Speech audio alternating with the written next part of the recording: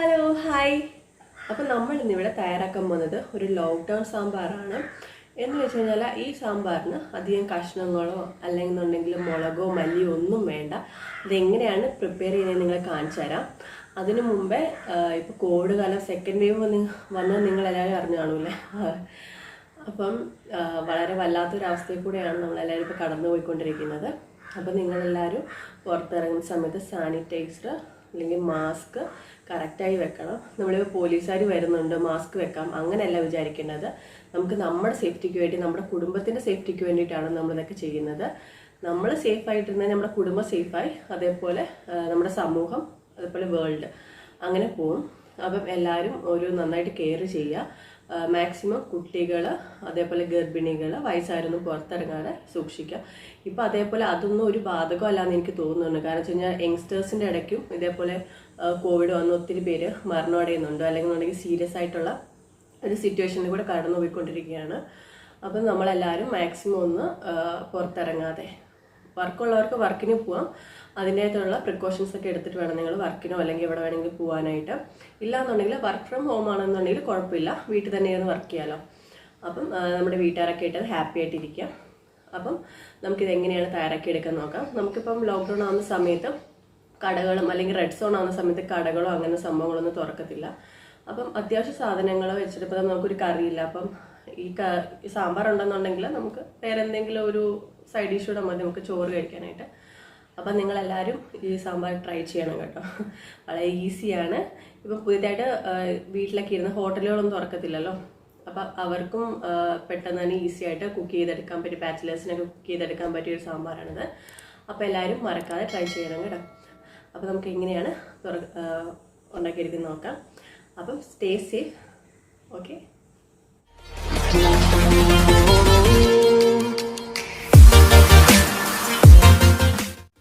അപ്പം നമുക്ക് എങ്ങനെയാണ് വളരെ എളുപ്പത്തിൽ നേരത്തെ പറഞ്ഞ പോലെ സാമ്പാർ തയ്യാറാക്കി എടുക്കുന്ന നോക്കാം. അതിനായിട്ട് ഞാൻ ഇവിടെ കുറച്ച് സാമ്പാർ കഷ്ണം എടുത്തിട്ടുണ്ട്. നിങ്ങൾക്ക് ഇഷ്ടമുള്ള കഷ്ണങ്ങൾ എടുക്കാം, അല്ലെങ്കിൽ നിങ്ങളുടെ കയ്യിൽ ഉള്ളത് എടുക്കാം. അങ്ങനെ പ്രത്യേകിച്ച് ഈ കഷ്ണം ഇടാൻ പാടുള്ളൂ അങ്ങനെയൊന്നുമില്ല. അപ്പോൾ ഇഷ്ടമുള്ള, ഞാനിപ്പോൾ എൻ്റെ അകത്ത് തക്കാളി ഇട്ടിട്ടുണ്ട്, പിന്നെ സവാള, പിന്നെ ചെറിയ അമരപ്പയർ, ഉരുളൻകിഴങ്ങ്, പിന്നെ പടവലങ്ങ, അങ്ങനത്തെ കഷ്ണങ്ങളൊക്കെ ഇട്ടിട്ടുണ്ട്. ഇനി നമുക്ക് ഇതിൻ്റെ അകത്ത് ഇടാനുള്ളത് 1/2 കപ്പ് സാമ്പാർ പരിപ്പാണ്.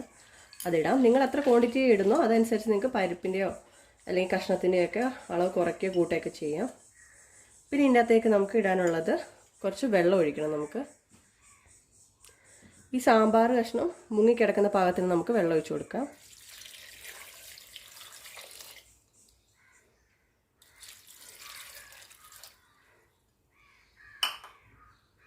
അപ്പം പാകത്തിന് വെള്ളം ഞാൻ ഒഴിച്ചു കൊടുത്തിട്ടുണ്ട്.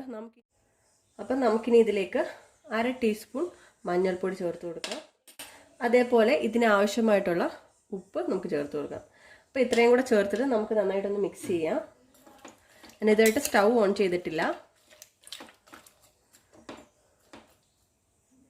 ഇനി നമുക്ക് കുക്കർ ക്ലോസ് ചെയ്തിട്ട് 2 വിസിൽ വരുന്നിടം വരെ നമുക്ക് നന്നായിട്ടൊന്ന് വേവിച്ചെടുക്കാം.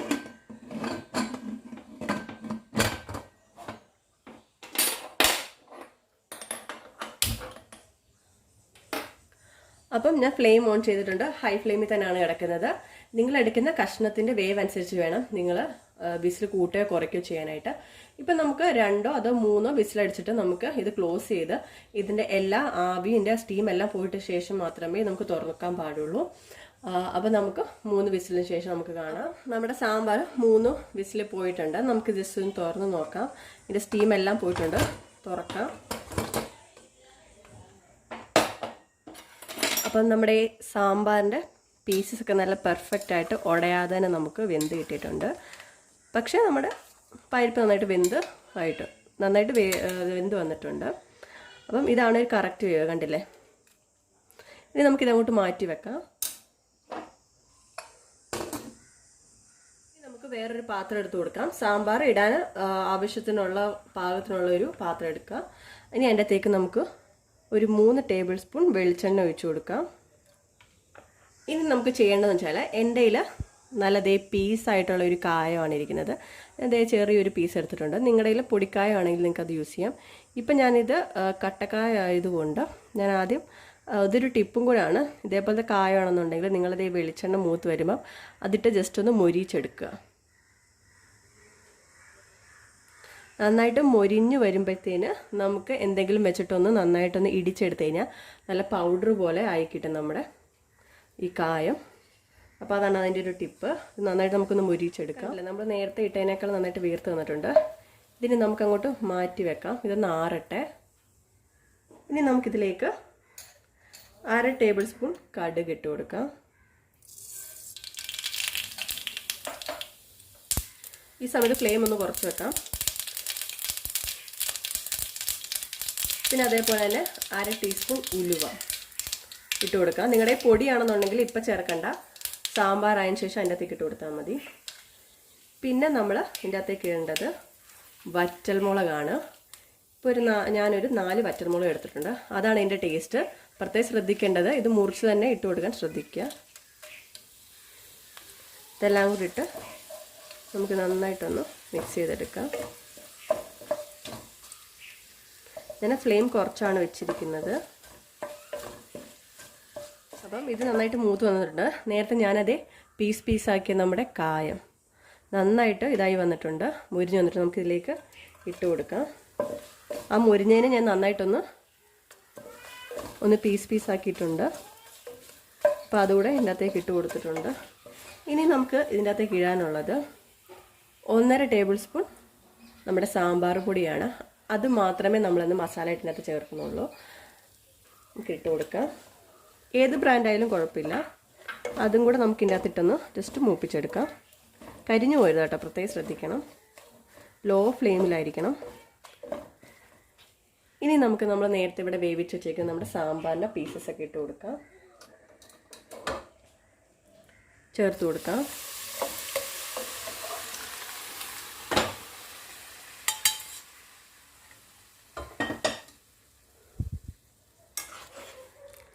ജസ്റ്റ് ഒന്ന് ഇളക്കാം. നമ്മൾ നേരത്തെ ഒഴിച്ച വെള്ളമൊക്കെ പാകത്തിനായിരുന്നു.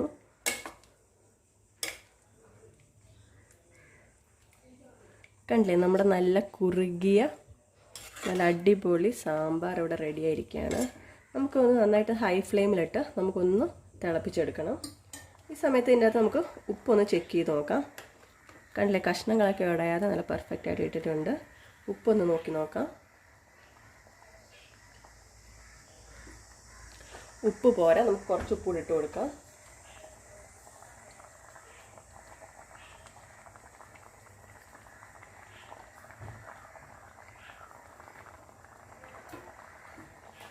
നിങ്ങൾക്ക് എരിവ് കുറച്ചും കൂടെ വേണമെന്നുണ്ടെങ്കിൽ പച്ചമുളക് ചേർക്കാം. പക്ഷേ ഈ വറ്റൽമുളകും സാമ്പാർ പൊടിയൊക്കെ ഇടുമ്പോഴത്തേന് കറക്റ്റായിട്ടുള്ള നമ്മുടെ സാമ്പാറിന് കറക്റ്റായിട്ടുള്ള എരിവൊക്കെ ഉണ്ട്. വേറെ ഇനി അഡീഷണലായിട്ട് ആഡ് ചെയ്ത് കൊടുക്കേണ്ട ആവശ്യമില്ല. അപ്പോൾ നന്നായിട്ടൊന്ന് തിളച്ചിട്ടെ. സാമ്പാർ ഒരു 5 മിനിറ്റ് ഹൈ ഫ്ലെയിമിൽ തന്നെ കിടന്ന് കരിഞ്ഞു പോകരുത്. നന്നായിട്ട് വെള്ളം ആവശ്യത്തിനൊക്കെ നമുക്ക് നോക്കിയിട്ട് നമുക്ക് വേവിച്ചെടുക്കണം. വെന്തതാണ്, പക്ഷേ നമുക്ക് എല്ലാം കൂടെ ഒന്ന് കിടന്ന് മിക്സ് ആകാനായിട്ട് ഒരു 5 മിനിറ്റ് ഹൈ ഫ്ലെയിമിൽ തന്നെ ഇട്ട് തിളപ്പിച്ചെടുക്കണം. ഇനി നമുക്കിതിൻ്റെ അകത്തേക്ക് കുറച്ച് കറിവേപ്പില ഇട്ട് കൊടുക്കാം. നിങ്ങൾക്ക് വേണമെങ്കിൽ കടുക് വറക്കുന്ന സമയത്ത് ഇടാം, ഞാനിപ്പോൾ ഇട്ടെന്നതേ ഉള്ളൂ. അപ്പോൾ 5 മിനിറ്റായി, നന്നായിട്ട് തിളച്ച് വന്നിട്ടുണ്ട്. നമുക്കിനി ഫ്ലെയിം ഓഫ് ചെയ്യാം. ഉപ്പും എരിവും എല്ലാം കറക്റ്റ് പാകത്തിനാണ്. ഇത് നിങ്ങൾക്ക് ഇഡ്ഡലി അല്ലെങ്കിൽ ചോറ് എല്ലാത്തിൻ്റെയും കൂടെ നല്ല കോമ്പിനേഷനാണ് കേട്ടോ. അപ്പം എല്ലാവരും ഒന്ന് ട്രൈ ചെയ്ത് നോക്കണം. അപ്പം എല്ലാവരും ഇത് വീട്ടിൽ ട്രൈ ചെയ്ത് നോക്കണം. വളരെ ടേസ്റ്റി ആയിട്ടുള്ള സാമ്പാറാണ്. നിങ്ങൾക്ക് ഇതിനകത്ത് കഷ്ണം കുറവ് മതിയെങ്കിൽ കഷ്ണം കുറച്ചിട്ടാൽ മതി, എല്ലാം നിങ്ങളുടെ ഇഷ്ടത്തിനനുസരിച്ച് ചേർക്കാം. അപ്പോൾ ഇത് വളരെ ടേസ്റ്റി ആയിട്ടുള്ള ഒരു സാമ്പാറാണ്. ചില കുട്ടികൾക്ക് അല്ലാന്നുണ്ടെങ്കിൽ മുതിർന്നവർക്കായാലും കഷ്ണങ്ങളൊന്നും അധികം ഇഷ്ടമല്ല ഈ സാമ്പാറിനകത്ത്. അപ്പോൾ നിങ്ങളത് അതനുസരിച്ച് ചേർത്താൽ മതി. ഇത് വളരെ എളുപ്പത്തിൽ നല്ല ടേസ്റ്റി ആയിട്ട്, പിന്നെ ഈ സാമ്പാർ ഉണ്ടാക്കാൻ അറിയാത്ത ആൾക്കാർക്കൊക്കെ ആണെങ്കിൽ, ഇപ്പം പിന്നെ പാചകം പഠിച്ചുകൊണ്ടിരിക്കുന്ന ആൾക്കാർക്കൊക്കെയാണ് വളരെ സിമ്പിളായിട്ട് ഉണ്ടാക്കി സ്റ്റാർ ആവാൻ പറ്റിയ സാമ്പാറാണിത്. അപ്പോൾ നമ്മുടെ ഈ ചെറിയ വീഡിയോ നിങ്ങൾക്ക് ഇഷ്ടപ്പെട്ടെന്നുണ്ടെങ്കിൽ നമ്മുടെ ചാനൽ മറക്കാതെ എല്ലാവരും സബ്സ്ക്രൈബ് ചെയ്യണം. വീഡിയോ ഇഷ്ടപ്പെട്ടു ഞാൻ ഷെയർ ചെയ്യാൻ, ലൈക്ക് ചെയ്യാനും മറക്കരുത്. അപ്പോൾ thank you for watching Jithu's kitchen. Have a nice day. Thank U.